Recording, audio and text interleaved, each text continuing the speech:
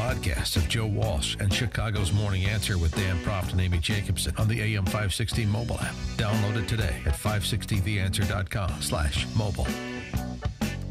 Top of the morning, Dan and Amy. So Pew Trust is out with some new demographic research looking at population movement over the last decade in the United States, state by state. There are 2 states that have net lost population since 2008. Only 2 in the country. One of them is West Virginia, Amy. Could you name the other one? I'm going to go with Illinois for 500. You'd be correct. Thank you. Very nice. Ding, Congratulations. Thank you. Yeah, Illinois and West Virginia are the only 2 states in the nation, this is Pew Research, that have lost population. Illinois leading the nation in outmigration the last several years, losing population the last 5. But there's nothing to see here. Nothing that a little statewide rent control, as we talked about yesterday, tampons in boys' bathrooms, dope legalization, and casino gambling couldn't cure, and sports betting. But in the meantime, we're going to be treated to more stories like this out of Belvedere, out Rockford Way. Yeah. That huge Fiat Chrysler assembly plant. Right. 1,400 people are losing their jobs. 1,371 workers, up to that number, are going to be laid off on May 2nd, according to a company spokesman. That's going to be devastating for that area. Moving from 3 shifts to 2. Oh. Uh-huh. But, again, until and unless you want to change out policymakers or support different policies, this is the way this is going to go. Now, nationally, this morning, the report is 2.6% GDP growth in Q4, which is a bit of a slowdown. It beats street expectations, but still a bit of a slowdown.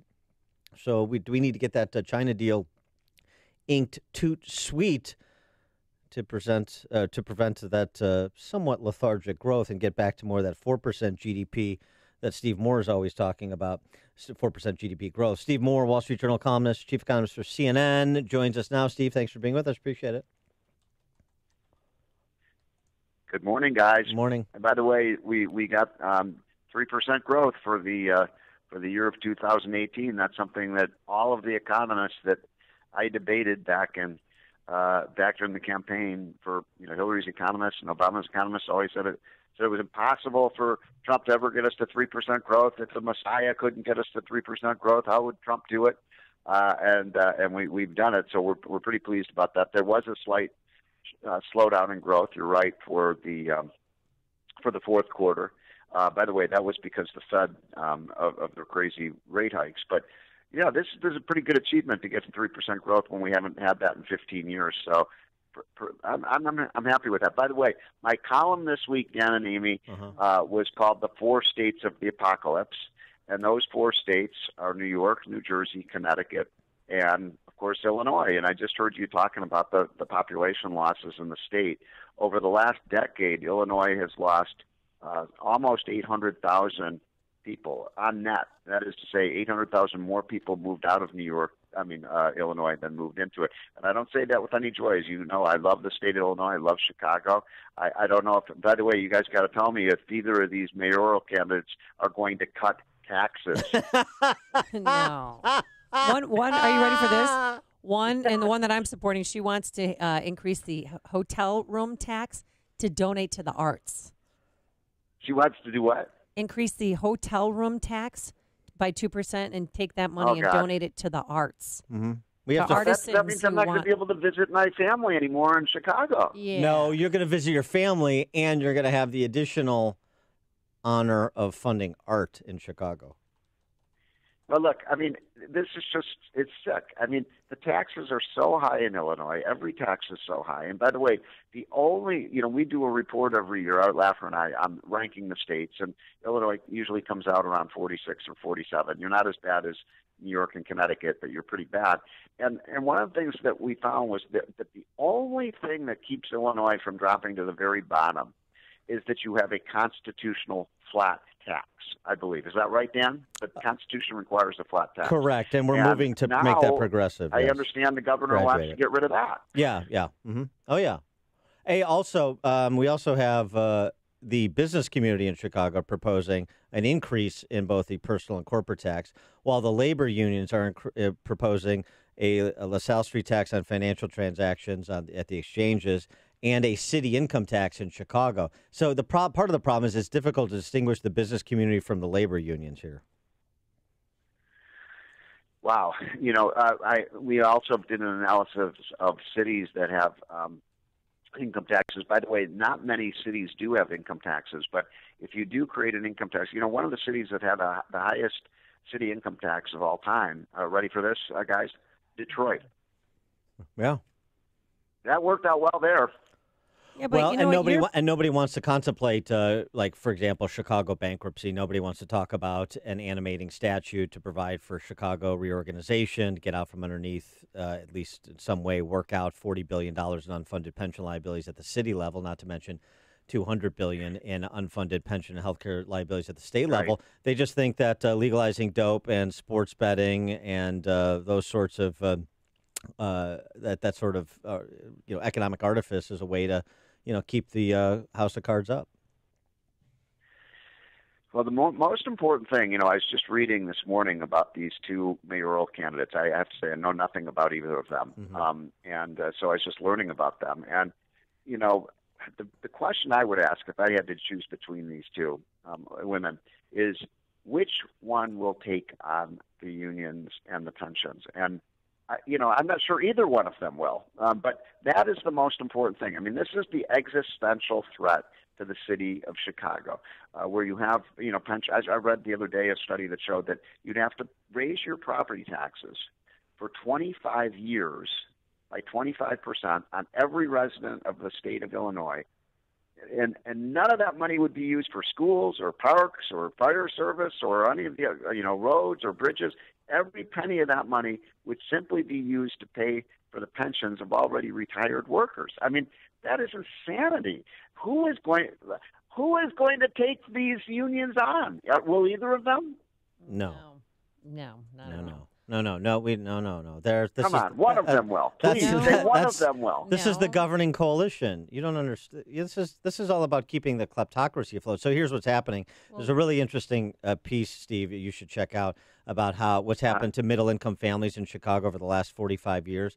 And basically what you have now is Chicago and ultimately the entire state is going to be San Francisco. Champagne socialists, transfer payment beneficiaries, nothing in between. Well, look, I guarantee if these folks aren't going to take on the unions, and if they're not going to, do something about the tax system there, you've no. Well, one of the things that would be great for Chicago is to get Amazon, and I understand there's some talk about Amazon maybe now that they're not going to New York, maybe coming to Illinois. I don't know if you have an AOC there. No, they're going to Tennessee. They're going to increase the production level in Tennessee. But Stephen Moore, I have a bone to pick with you because I was at H&R Block over the weekend, and the state deduction H&R Block. That's a tax preparer for poor people, Steve. Yeah. Oh yes. Yeah, it's like, are you getting a big refund? No, I'm not because of you. And I was trying to hold my breath. I'm like Stephen Moore mumbling it underneath my breath because the state deduction cap at $10,000 is killing me, and that's not going to. So. Help! You better send me $7,000. Many times, Amy, and you know how I feel about it. If you folks in Illinois want to vote for these dinged-up politicians who keep raising your taxes year after year after year, don't vote come for them. crying to people in Virginia or Tennessee or Texas or Florida saying, "Gee, our taxes are so high, and now we can't write it off." The solution to this is for you to have a tax revolt. Dan, I'm going to put you in charge of this. All right. A statewide tax revolt to get your taxes down so people like Amy don't pay $10,000 a year in state and local taxes. We have a revolt happening. It's in sort of a spontaneous order kind of way, but it's very individualized. The revolt is you rent a U-Haul truck and you leave. And exactly. That's what's happening. Well, I have a neighbor, Stephen. One of our neighbors is moving into a conversion van, like a Sprinter, and they're living in that because of their property taxes. They're selling their house, and that's what they're going to do. So wherever they go, they don't have to pay any taxes. I've told you many times. I mean, right now I'm in Arizona, where, by the way, it is 75, and I'm looking out the window. It's nice and sunny here. Nice. And by the way, I'm also looking at the parking lot, and let's see, I see three cars with Illinois license plates. yeah, exactly. They're It's a arriving by suburb the of the caravan load on every day. Well, I gave a speech last night, and I talked about this. All these people from Illinois, Connecticut, New Jersey coming to Arizona, and they said, we're going to need to build a wall. Oh, yeah. It's funny. I've seen some market research by a real estate development company about Florida and Collier County, which is where places like Naples are, right? You know this. Where somebody would They actually have the in-migration by state in Collier County, and it's 1, 2, 3, New Jersey, New York, Illinois. That's where all the in-migration is coming from. Yeah, I get to go to nice places. So about 2 weeks ago, I was in Naples, and what they call Naples now is Chicago South. Absolutely. And it's like they say this is the new Chicago, Naples. Let me ask you. I want to get your reaction to this piece that Ross Douthat writes in the New York Times. The era of limited government is over, and he essentially suggests, in part due to the rise of Trump, that conservatives have abandoned being strict constructionists with respect to the federal government. He points to a couple of op-eds, one in First Things, another in American Affairs, by intellectuals who both conservative bent, but both who imagine conservatism less oriented less oriented to the idea of state as the enemy, and more toward the idea of state as a shaper, state as a harmonizer, consistent with Donald Trump's economic nationalism. Do you think that's accurate?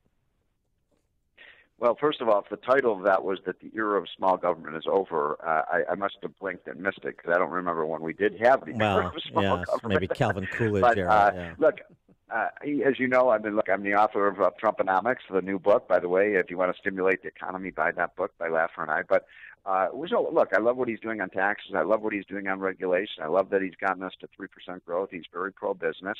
But, I'll have to say, I'm disappointed in Trump and the Republicans that they are not taking on big government down, Amy. I mean, they just aren't cutting government spending. And when you add the fact that now you have Pelosi running the House, I mean, I hate to say it, but I think this author is probably right. Neither party wants to cut government spending. That's why we have a $4 trillion budget, and that's why we have a $1 trillion deficit. We got more revenues into the federal government in 2018 than any single year in American history. It is not a revenue problem. It is a spending problem, just as it's a spending problem in Springfield and in Chicago. He is Steve Moore, chief economist for CNN, Wall Street Journal columnist. Steve, thanks for joining us. Appreciate it. Thanks, guys. And he joined us on our turnkey.pro answer line. This is The Morning Show. More Chicago radio listeners are choosing. This is Chicago's